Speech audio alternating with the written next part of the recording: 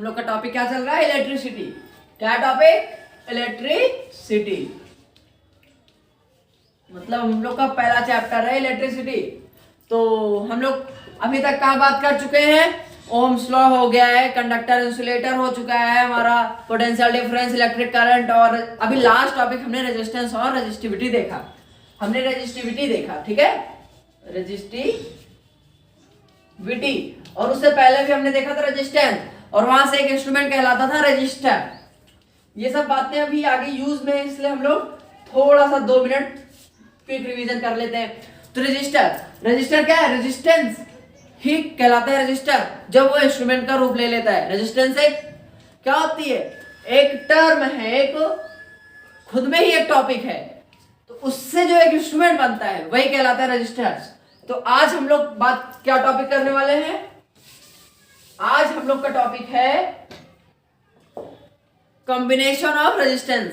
मतलब combination of resistances, combination of resistances मतलब कई सारे रेजिस्टेंस या फिर रेजिस्टर।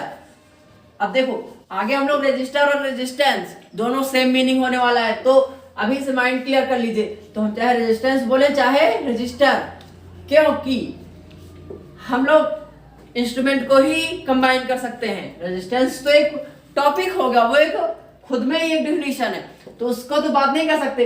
तो यहाँ पे हम चाहे रेजिस्टेंस यूज करें चाहे रेजिस्टर, बात हमेशा ध्यान रखना है इंस्ट्रूमेंट है। मतलब अच्छा, रेजिस्टेंस का आपने सिंबल याद है? सर्किट सिंबल भी बात हुई है, तो उसमें हुआ है, ये था रेजिस्टेंस का सिंबल। तो अच्छा, आपको ये सब सारी टॉपिक जैसे सर्किट सिंबल हो गया, पोटेंशियल डिफरेंस हो गया, करंट हो गया, इन सब का आपको लेक्चर पीछे मिल जाएगा। आप लोग डिस्क्रिप्शन में जाके लिंक से जा सकते हैं और पढ़ सकते हैं बड़े आसानी से। तो कृपया आप उसे पढ़ ले, फिर ही इसे समझने की कोशिश करें। तो अब देखिए, बात हमारा है कॉम्बिनेशन ऑफ रेजिस्टेंसेस, रजिस्टर। अब देखो हमारे पास रेजिस्टेंस कई सारे हैं, मान लो R1 था, R2 हो गया, ऐसे ही हमारे पास एक और रखा हुआ है R3। अभी देखो क्या होता है, घरों में टीवी है, रेडियो है, इन सब में क्या होता है? रेजिस्टेंस। एक सिंगल रेजिस्टेंस तो लगता नहीं है, कई सारे लगाने पड़ते हैं। आपके घरों में जो वायरिंग होती है, इलेक्ट्रिक सर्किट होता है, उसमें भी क्या लगाना पड़ता है? रेजिस्टेंस। तो अब हम कंबाइन कैसे करें? मान लो तुम्हें करंट बहुत ज्यादा चाहिए, बहुत हाई चाहिए, तो रेजिस्टेंस लो करना पड़ेगा। अब लो करने का तरीका क्या है? और या तो मान लीजिए आपको रेजिस्टेंस बहुत ही कम चाहिए, रेजिस्टेंस आपको बहुत ही कम चाहिए, तो भी तो आपको कुछ इसको कई सारे रेजिस्टेंस को कैसे अरेंज करें, किस वे में कंबाइन करें कि वो हमें रेजिस्टेंस कम दे। या फिर हम लोग को जैसे करंट ही ज्यादा चाहिए, तो हमें कैसे करना है? या फिर हमें रेजिस्टेंस का ज्यादा चाहिए, अच्छा ज्यादा चाहिए तो क्या करना पड़ेगा? उसके लिए भी कोई एक तरीका होगा ना। तो उन्हीं सब तरीकों के लिए हम बात करेंगे। तो क्या टॉपिक है हमारा आज? Combination of resistances.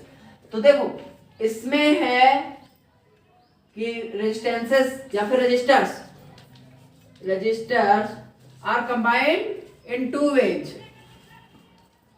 Combined in two ways, ठीक है। Number 1 is in series combination, in series combination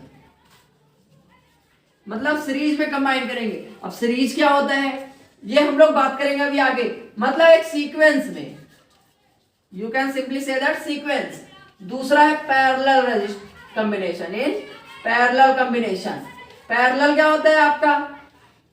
in parallel combination, ठीक है। तो आप पैरेलल क्या हो जाएगा? In parallel combination.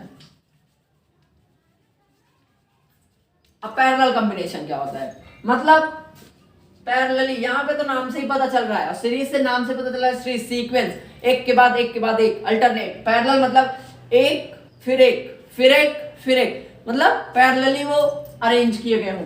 तो अब हम लोग डिटेल में बात करने वाले हैं सीरीज कॉम्बिनेशन और पैरेलल कॉम्बिनेशन के लिए।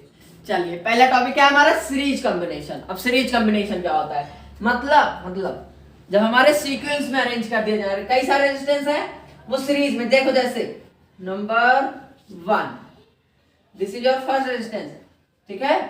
अब दूसरा, ऐसे ही हमने दूसरा भी रेजिस्टेंस क्या किया? उसी के साथ इंड टू इंड अटैच कर दिया, और फिर हमने तीसरा भी ऐसे ही अटैच कर दिया। इससे जितने सारे हैं हमने एक लाइन में ही अरेंज कर दिया। तो रेजिस्टेंस, इस कॉम्बिनेशन को कहते हैं क्या? Series combination. Number 1, number 2, number 3, when there are 3 resistances and arranged in this form, then they are called series combination. अब यहां से डिफिनेशन क्या हो सकती है? यहां से हम डिफाइन कर सकते हैं सीरीज कॉम्बिनेशन कब हो सकता है। देखो, when resistors are combined from end to end,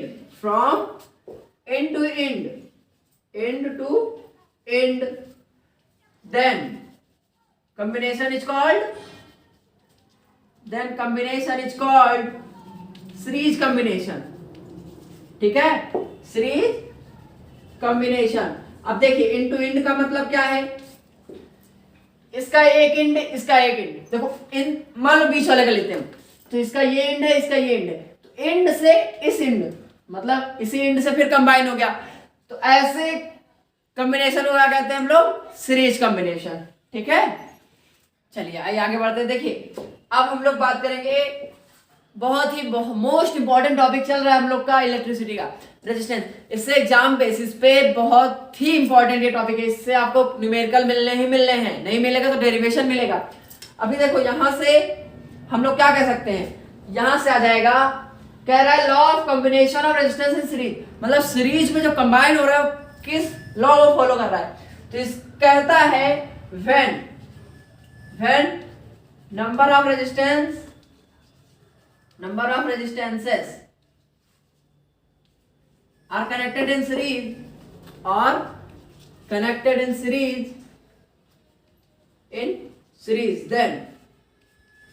then what will happen to the resultant resistor?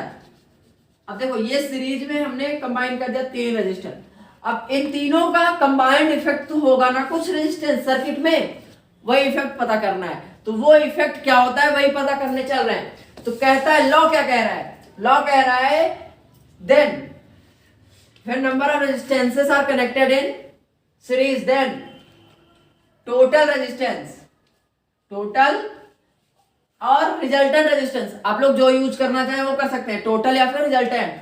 Total resistance of circuit, total resistance of circuit is equal to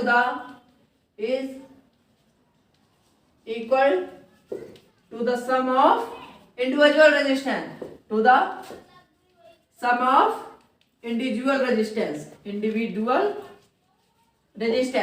मतलब समझिए आप इसका, कह रहा है, अब ये क्या कह रहा है?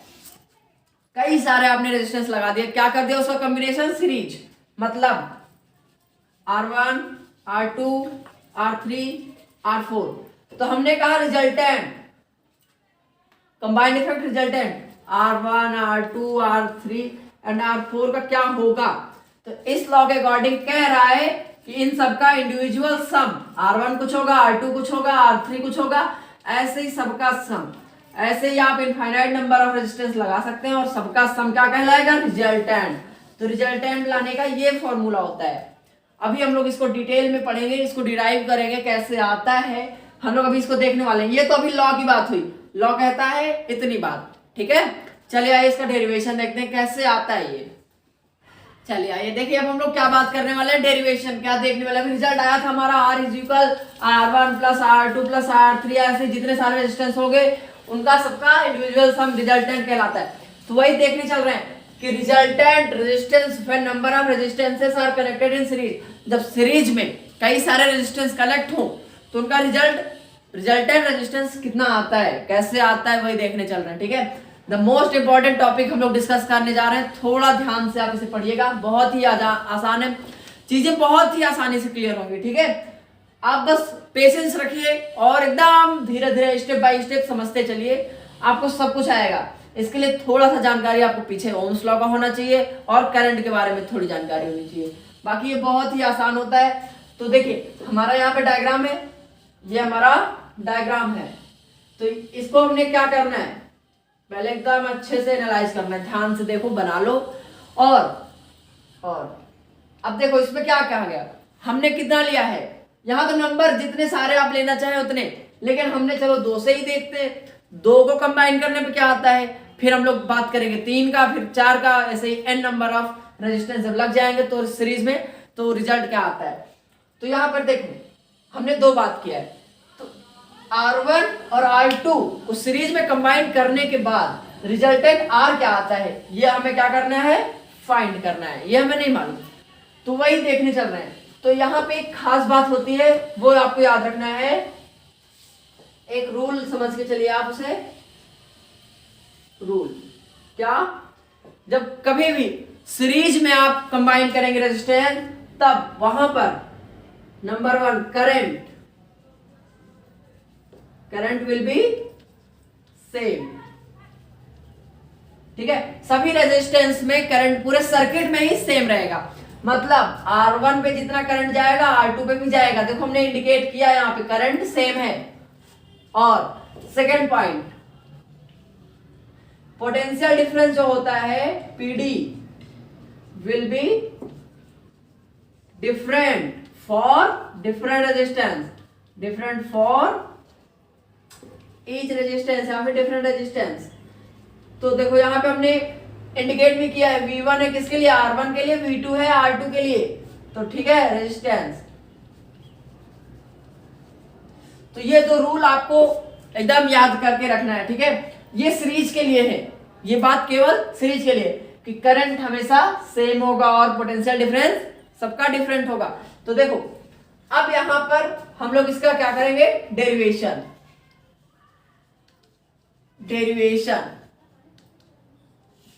For resultant resistance, for resultant resistance that is R। ठीक है, तो इसका डेरिवेशन अब हम लोग करने चल रहे हैं। तो आइए देखते हैं कैसे होगा। ये 2 पॉइंट आपको याद होंगे तो बात बनेगी। तो देखो यहां से आ सकता है क्या, टोटल भी आपने कितना दिया, आपने दिया है V वोल्ट, जितनी बैटरी उतना ही, उसमें पूरे सर्किट में कितना वो पोटेंशियल डिफरेंस है V। तो V इज इक्वल हो जाएगा V1 प्लस V2, क्योंकि इन दोनों का सम ही तो टोटल होगा। यहाँ पे जितना डिवाइड हो गया इतना जितना हो गया, इन दोनों का सम ही तो हमारा टोटल बैटरी आ जाएगा। तो बस V is equal V1 plus V2, इसको हम क्या कर सकते हैं, इक्वेशन नंबर 1। देखो ये कहां से आया, रूल से आया। अब देखो बस आपको क्या पता होना चाहिए, ओम्स लॉ आना चाहिए। अकॉर्डिंग टू ओम्स लॉ क्या होता है, V is equal IR, V is equal IR। ध्यान रखना इस बात को। अच्छा, ऐसे ही V1 क्या हो जाएगा, IR1। अब यहां पे I चेंज क्यों नहीं हुआ, I इसलिए नहीं चेंज हुआ क्योंकि I सर्किट में सेम है। आपने देख लिया है current will be same through out the circuit, तो I तो सेम हो गया। ऐसे ही सेम, ऐसे ही हम क्या निकाल सकते हैं, V2 क्या हो जाएगा, IR2, क्योंकि V2 किसका है, रेजिस्टेंस सेकंड का ही तो V2 निकलेगा। तो यहां से अब देखो हम इस वैल्यू उठा के इक्वेशन नंबर 1 में पुटिंग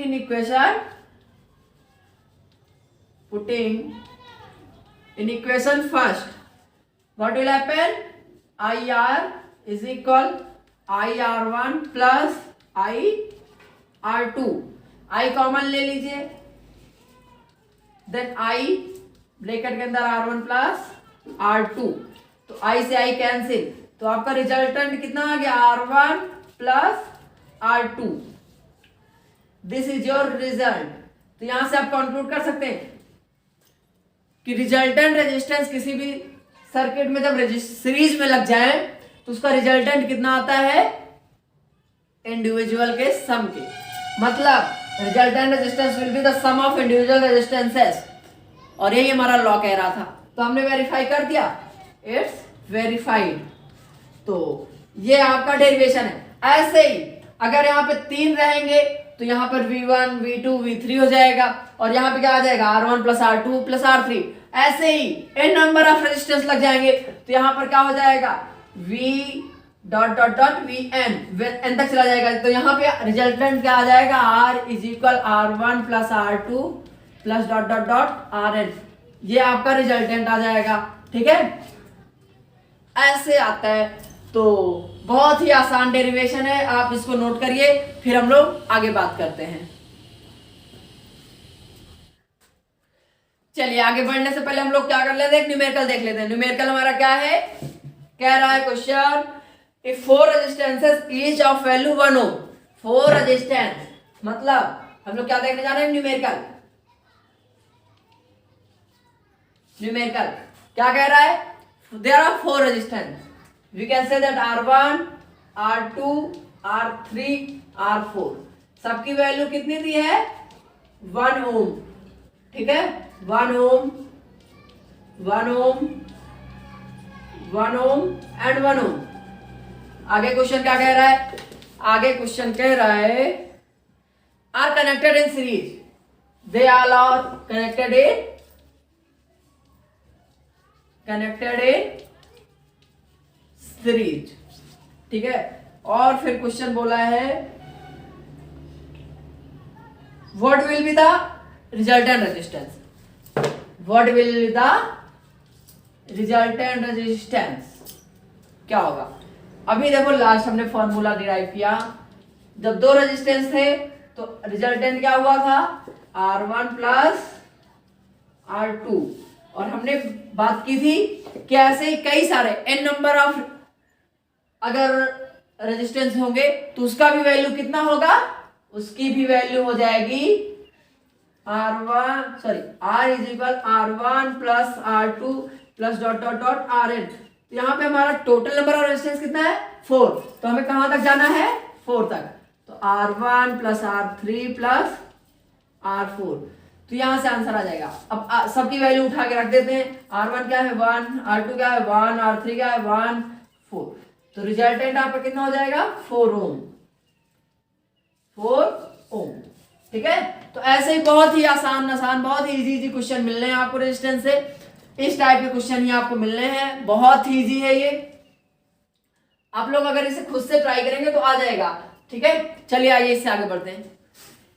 चलिए आइए देखिए, एक बहुत इंपॉर्टेंट नोट की बात करते हैं, एक बहुत इंपॉर्टेंट पॉइंट नोट करके लिख सकते हैं आप। क्या क्या क्या इंपॉर्टेंट है, देखो अभी हमने देखा कि जब रेजिस्टेंस हमारे सीरीज में लग रहे हैं तो क्या हो रहा है, सबका सम आ रहा है। मतलब हमने कई सारे ऐसे लगा दिए 1 2 3, तो रिजल्टेंट इन तीनों का सम आ रहा है। तो अच्छा रिजल्टेंट बढ़ेगा कि घटेगा, अच्छा क्वेश्चन है। रिजल्टेंट बढ़ेगा घटेगा, तो ऑब्वियस ही बात है बढ़ेगा। अगर इसका 1 है, इसका 1 है, इसका 1 है, तो टोटल तो 3 आ गया ना। तो कंबाइंड इफेक्ट कितना हो रहा है, इंक्रीज कर रहा है। तो यहां से हम लोग कंक्लूजन निकाल सकते हैं क्या क्या क्या, if we want to increase, हम इंक्रीज करना चाहते हैं क्या रेजिस्टेंस, किसी भी सर्किट में रेजिस्टेंस बहुत बढ़ाना चाहते हैं, we want to increase resistance. ठीक है, तो क्या करना पड़ेगा, then we should connect resistances